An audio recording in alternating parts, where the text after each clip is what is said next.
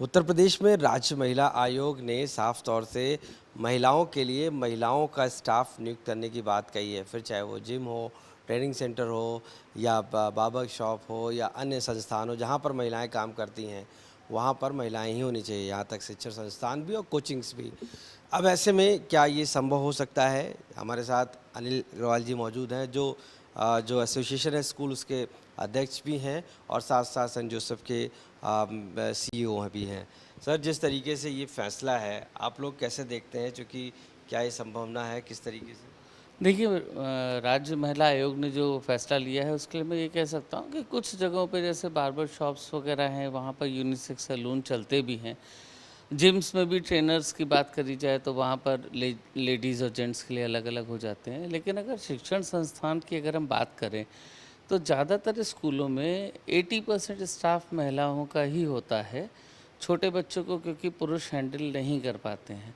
लेकिन senior classes में gents teacher की मौजूदगी ज़रूरी है।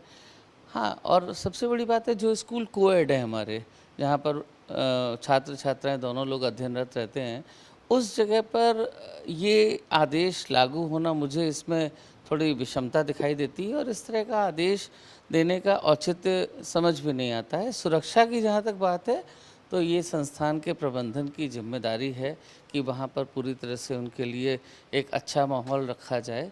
इवन शिक्षक-शिक्षिकाओं के लिए नहीं, छात्र-छात्राओं के लिए, सभी के लिए एक माहौल अच्छा होना चाहिए क्योंकि विद्यालय तो वैसे भी एक पवित्र स्थान होता है। और इस तरह के आदेश पे कहीं न कहीं मुझे लगता है कि जो कोएड स्कूल्स हैं, उनको मतलब ये पालन नहीं हो सकता। क्या संभावना है कि क्या जो महिलाएं हैं उनको महिलाएं ही पढ़ाएं या महिलाएं ही कोचिंग दें या महिलाएं ही शिक्षण संस्थान में रहें?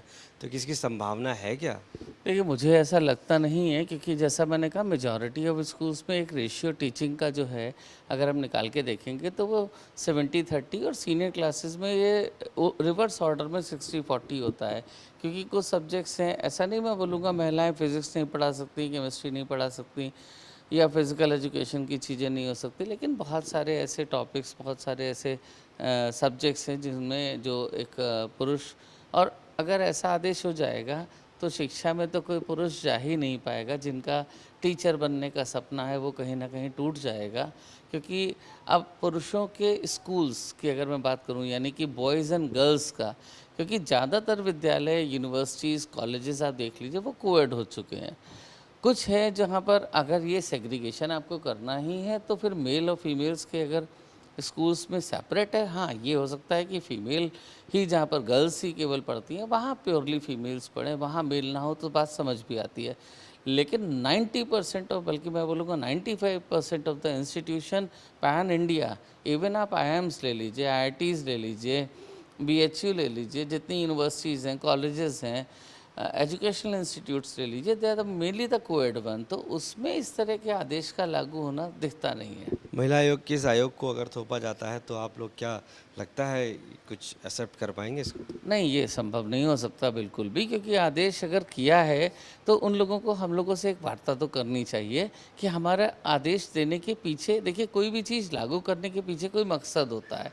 मकसद आप अपना जो बता रहे हैं, तो क्या किसी ने शिकायतें करी हैं, क्या संज्ञान में इस तरह के प्रकरण आए हैं या चीज़ें हैं, तो उस पे एक वार्ता होती है। और कोई भी आप फैसला जो पूरे प्रदेश के लिए आप लागू करने जा रहे हैं, उस पे एक आम लोगों की सहमति, आप एक सर्वे कराइए। आप उन टीचर्स से पूछिए आज जितने रोज़गार जिनको मिला हुआ है, हज़ारों की संख्या में पुरुष शिक्षक विद्यालयों में काम कर रहे हैं जो कोएड स्कूल्स हैं, अचानक से इस तरह के आदेश पर उनकी जीविका आजीविका पे कितना फ़र्क आएगा? क्योंकि पुरुष के लिए तो वही एक मेन सोर्स है इनकम का।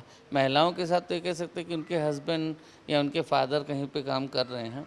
लेकिन एक पुरुष जो कार्य कर रहा है उसके ऊपर उसका घर की और बाकी बच्चे अगर शादीशुदा है सभी की ज़िम्मेदारी हो जाती है, तो अचानक से आप इस तरह के आदेश लागू नहीं कर सकते।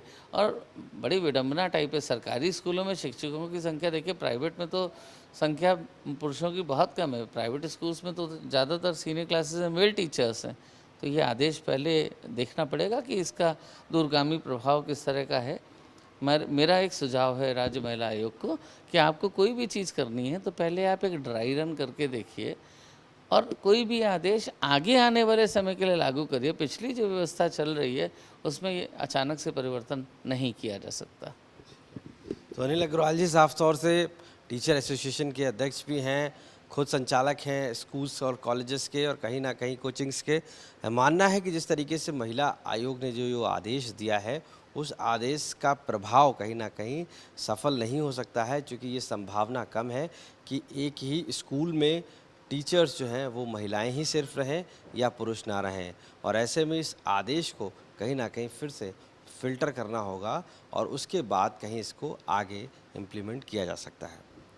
लखनऊ से कैमरा पर्सन रोहित कांत मिश्रा के साथ आशीष श्रीवास्तव, आज तक।